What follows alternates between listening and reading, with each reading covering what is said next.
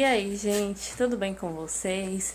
Então, essa é a primeira videoaula sobre história, claro, e o primeiro assunto que eu queria falar com vocês é sobre o iluminismo. Tá, a primeira pergunta é: o que é iluminismo? Bem, o iluminismo, ele foi um movimento, podemos dizer, revolucionário, que aconteceu no século XVIII.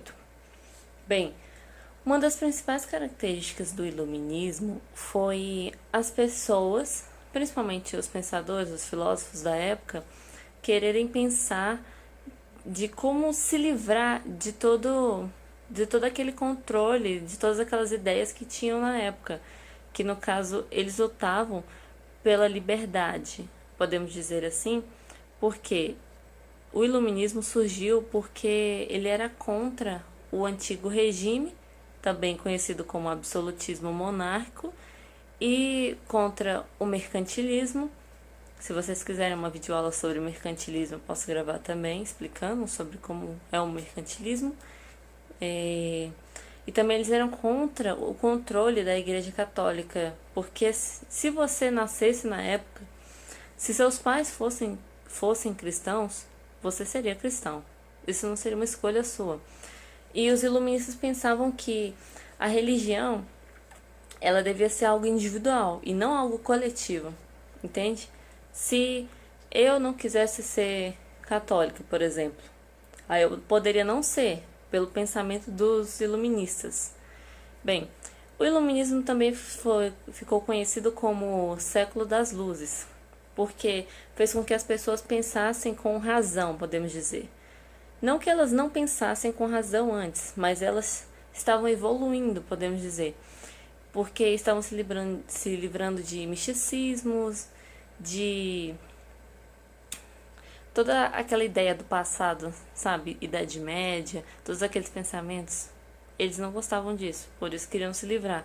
E quando eles pensavam nisso, seria como uma luz no seu pensamento. Por isso conhecido como iluminismo. Bem, entre esses pensadores, né, do iluminismo, a gente tem que destacar três nomes, que no caso foram Voltaire, Montesquieu e Rousseau. Tá, vamos por partes. Voltaire, ele, ele foi muito importante para o iluminismo porque ele dizia que ele era podemos dizer, entre aspas, um dos principais, porque ele dizia mesmo a verdade para a população, para a igreja. Uma das principais frases dele foi: esmagai a infâmia. O que seria essa infâmia que ele tanto comenta? A infâmia seria a Igreja Católica. Todas as críticas dele praticamente eram para a igreja Católica. E a principal obra dele foi Cartas Inglesas.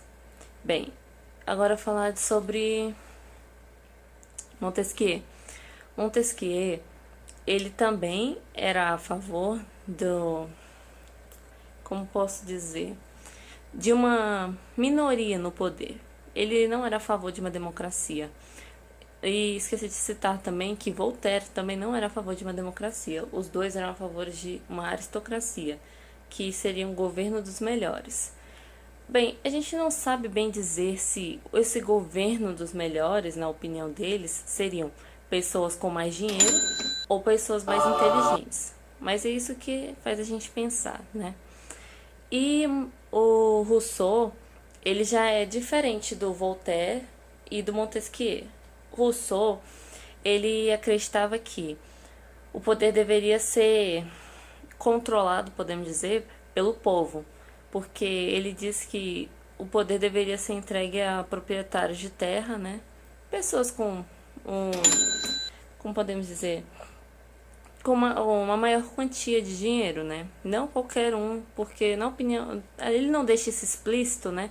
Mas a gente pode sacar que, na opinião dele, as pessoas pobres não seriam assim tão capacitadas para estar no poder, para estar no poder. Mas isso não chega à discussão, tudo bem? Então, Voltaire e Montesquieu são a favor de uma aristocracia, governo dos melhores. E Rousseau, É diferente dos dois porque ele apoia uma democracia. Não diretamente, mas é o que se dá para entender lendo sobre ele e pesquisando, tudo bem?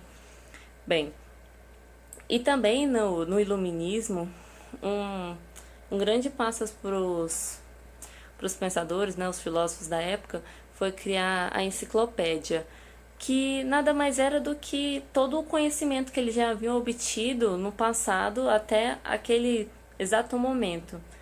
Isso fez maior discussão. Então, a igreja foi completamente contra o iluminismo. Porém, graças a essas ideias do iluminismo e desses pensadores da época, que o mercantilismo, como eu citei no início do vídeo, foi transformado, claro, não digo que ele virou, né, outro, mas assim, a economia do país virou outra, no caso, o liberalismo. E não podemos deixar de citar o filósofo e economista Adam Smith. Ele era um escocês que na época do iluminismo, perdão, ele escreveu uma obra que o nome da obra dele é Riqueza das Nações.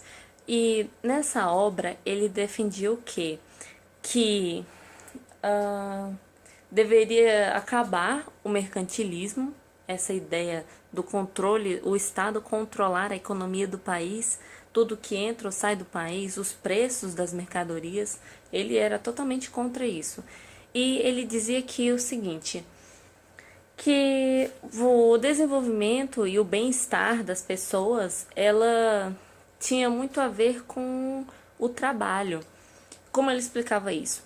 Que, assim, ele era a favor da divisão do trabalho. Vamos dar um exemplo, por exemplo, né?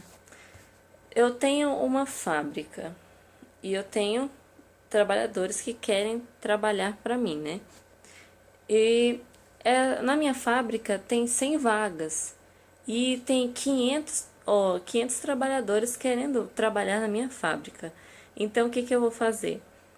Eu vou pegar os mais especializados e eu vou diminuir o salário. Porque como a concorrência é muito alta, muitos deles vão desistir por causa desse salário. Mas com certeza ainda vão sobrar pessoas que vão querer trabalhar porque precisam desse salário.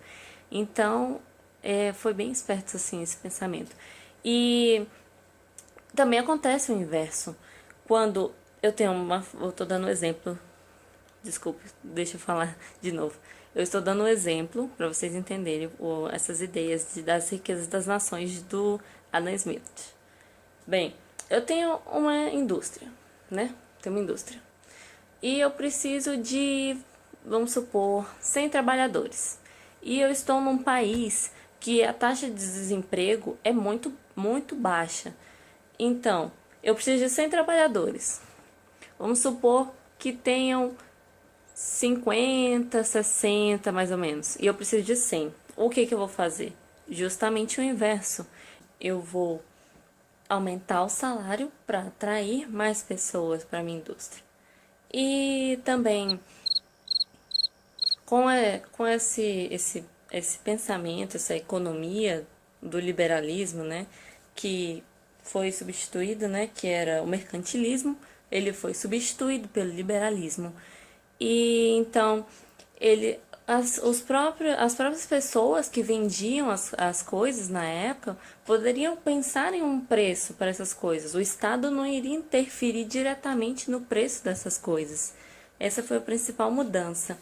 Porque, vou dar outro exemplo. Eu vendo uva. Minha uva é R$ 10. Esse aqui vende uva também. A dele é 6. Com certeza as pessoas vão comprar dele porque o preço dele está mais baixo. Então o que acontece? As pessoas tentam equilibrar os preços. Se esse aqui está 6, eu vou pôr a minha 6 também para conseguir vender o tanto quanto ele, entende?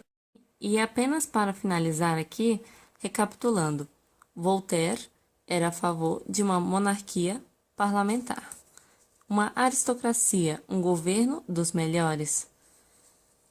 Ele dizia esmagai a infâmia. Infâmia, no caso, seria justamente a Igreja Católica. Tudo bem. Montesquieu, divisão dos poderes. Ele acreditava que os poderes deveriam ser divididos no executivo, no judiciário e... É isso. Legislativo, judiciário e executivo. Bem, ele não era a favor, gravem isso. Ele é a favor da divisão dos poderes, mas ele não é a favor de uma democracia. Porque uma democracia, quem vota ou elege os governadores ou o presidente é o povo. E ele não é a favor do povo controlando isso. Justamente o inverso.